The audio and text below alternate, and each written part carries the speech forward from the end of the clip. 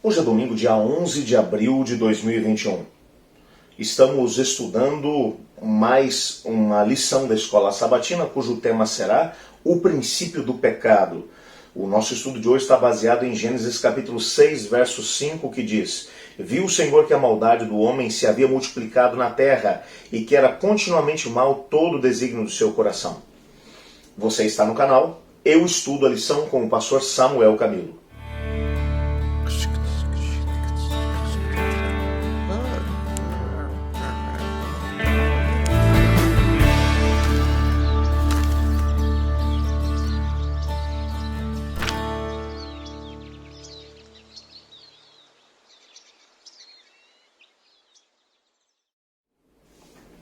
O que precisamos entender quando vamos estudar a respeito da maneira como o Senhor Deus vê a humanidade é que Deus ele não faz algumas observações a respeito da humanidade.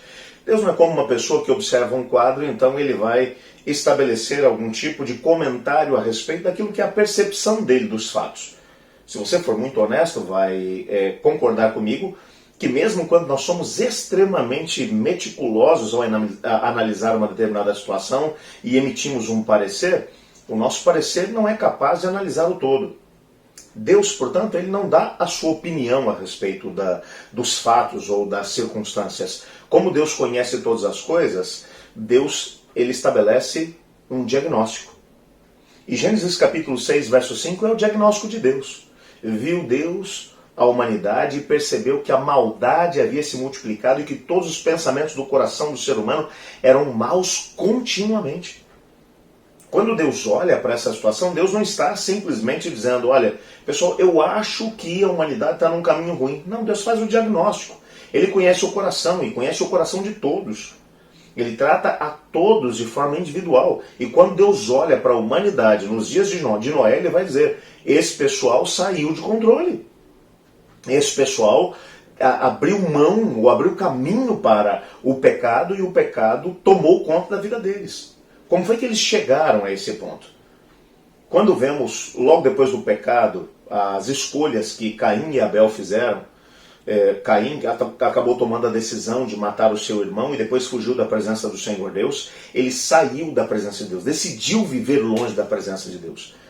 Talvez se nós fôssemos Deus, nós tomaríamos a decisão de poder perseguir o Caim, de impedir que ele prosperasse. Mas quando olhamos para a Bíblia, nós percebemos que Deus não age assim.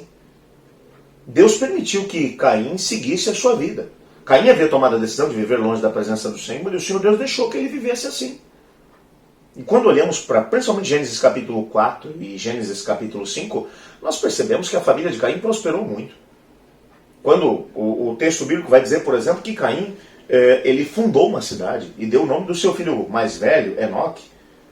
Como é que ele constrói uma cidade? Uma cidade você não constrói para si mesmo e para mais uma ou duas pessoas. Você constrói uma cidade quando tem muita gente junto contigo.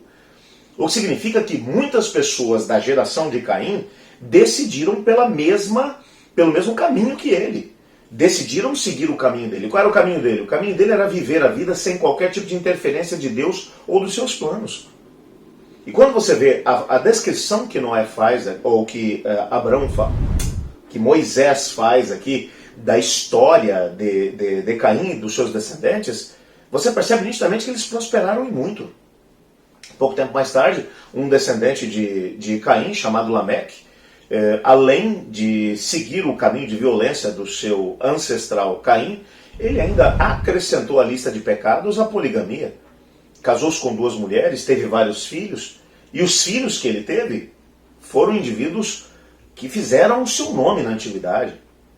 Um deles fez história com instrumentos musicais e entrou pelo caminho artístico, criou a ideia do mercado do entretenimento.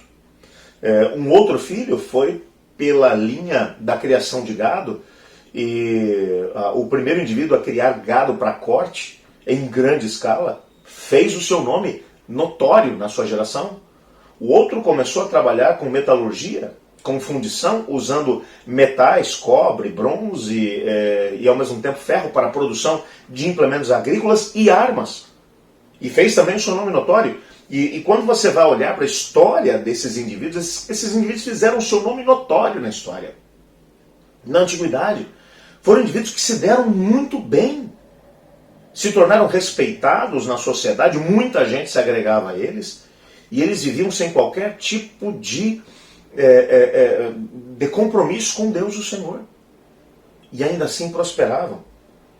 É claro que, como cristãos, nós nos sentimos tentados a olhar para essa história e dizer para Deus, pô Deus, o que está acontecendo aqui? Como é que você deixa esse pessoal prosperar? Quero que você entenda que Deus, ele respeita o princípio do livre-arbítrio.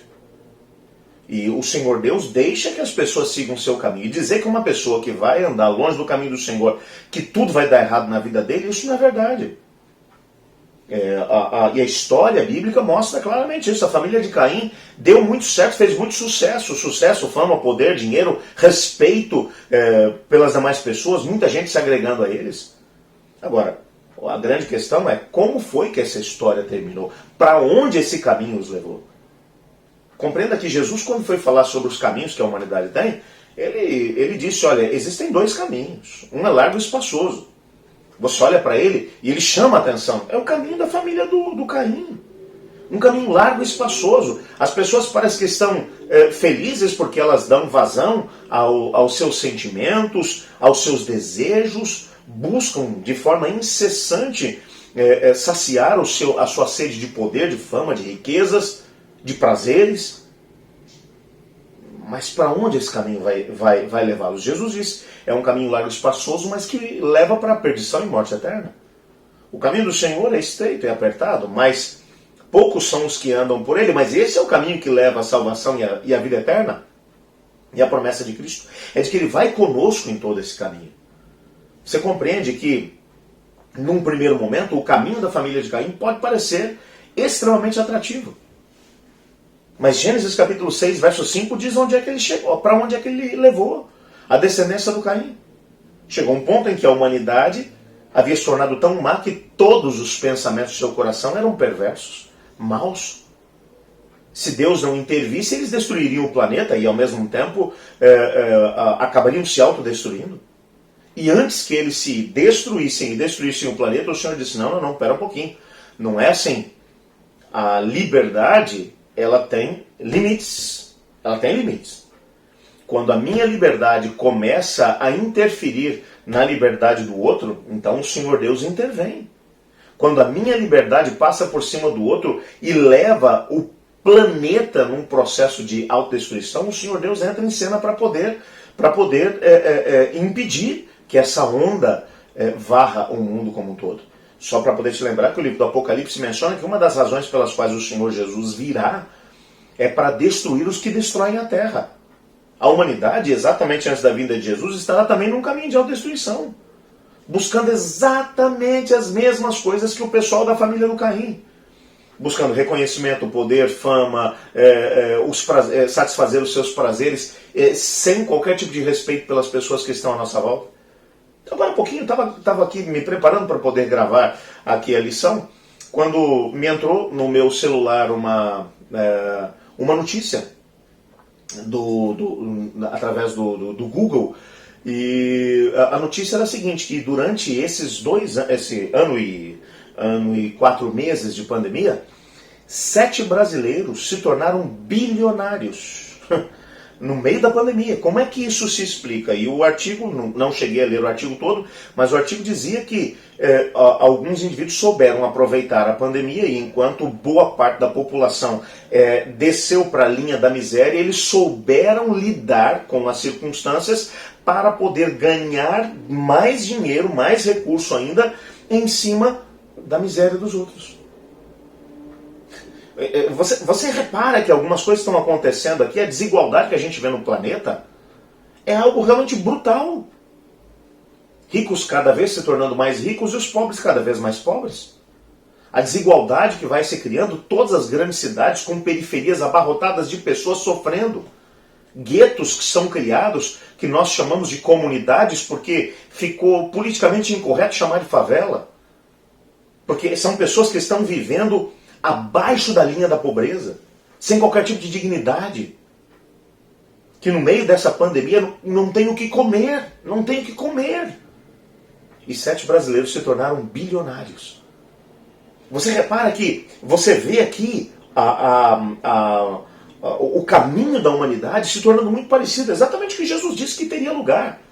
Antes do seu retorno, as pessoas estariam vivendo exatamente com os mesmos princípios de vida que a geração antes do dilúvio. É a família de Caim ganhando terreno. Mas no meio disso tudo, o Senhor Deus ainda olhou e encontrou um homem. Nós vamos falar um pouco mais amanhã a respeito dele. Mas um homem que decidiu ir na contramão de toda essa onda de mal. E o Senhor Deus está esperando que mais pessoas se levantem nessa geração que tem que preparar o mundo para o retorno de Jesus, para poder dizer, peraí, gente, nós somos livres sim, mas a menos que sigamos o plano de Deus, seguiremos num caminho de autodestruição. Que claramente é o que a humanidade está trilhando nesse momento. Eu gostaria de orar pedindo a Deus para que nos desse a serenidade e ao mesmo tempo a clareza de espírito para tomarmos as melhores decisões e escolhermos viver o plano de Deus no meio de uma geração que tem desconsiderado completamente o assim diz o Senhor. Ore comigo. Obrigado, Senhor, porque na Tua palavra descobrimos que mesmo em tempos de maldade excessiva como no tempo de Noé, ainda houve pessoas como o próprio Noé que tomaram a decisão de andar com o Senhor. Nesse tempo que antecede o retorno de Cristo Jesus, ajuda-nos a tomar as mesmas decisões e nos prepararmos para nos encontrar com Cristo muito em breve, pois é no nome dele que oramos. Amém. Eu estudo a lição. E você?